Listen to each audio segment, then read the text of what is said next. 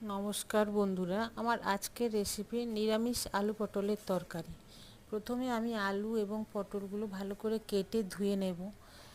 এবার কড়াইতে তেল গরম হলেই আলুগুলো দিয়ে দেবো। এর মধ্যে নুন হলুদ একটু পরিমাণ মতো দিয়ে দেবো, দিয়ে আমি আলুগুলো ভেজে নেব। আলু লাল লাল করে ভাজা হয়ে গেলেই আমি ওর মধ্যে পটলগুলোও দিয়ে দেবো। এবার আলু পটল একসাথে ভাজতে থাকবো। আপনারা চাইলে আলাদা আলাদা করে আলু পটল ভাজতে পারেন, আমি একসাথে ভেজে নিয়েছি। আলু পটল লাল লাল করে ভাজা হয়ে গেলে নামিয়ে নেব। এবার কড়াইতে আরেকটু তেল দিয়ে ওর মধ্যে গোটা জিরে এবং গরম মশলা ফোড়ন দিয়ে দেবো। ওটার থেকে ভালো গন্ধ বেরোলেই আমি আদা বাটা দিয়ে দেবো। আদা বাটা দেওয়ার আগে একটু হলুদ দিয়ে দেবো, কারণ আদা বাটা গরম তেলে দিলেই ছিটকায়, তাই আমি একটু হলুদ দিয়ে আদা বাটাটা দিয়ে দেবো। এবার আদা বাটা দিয়ে নাড়াচাড়া করতে করতে টমেটো পিউরি দিয়ে দেবো।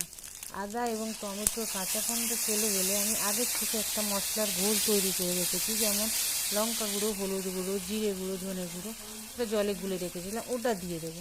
এবার মশলা কষাতে থাকবো। এই সময় আমি স্বাদ মতো নুন মিষ্টি দিয়ে দেবো। মশলা কষাতে কষাতে ভেজে রাখা আলু পটলগুলো দিয়ে দেবো। এবার আলু পটল দিয়ে ভালো করে কষাবো।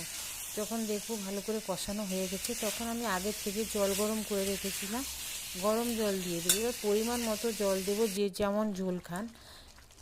তারপর ঢাকা দিয়ে ফুটতে দেবো।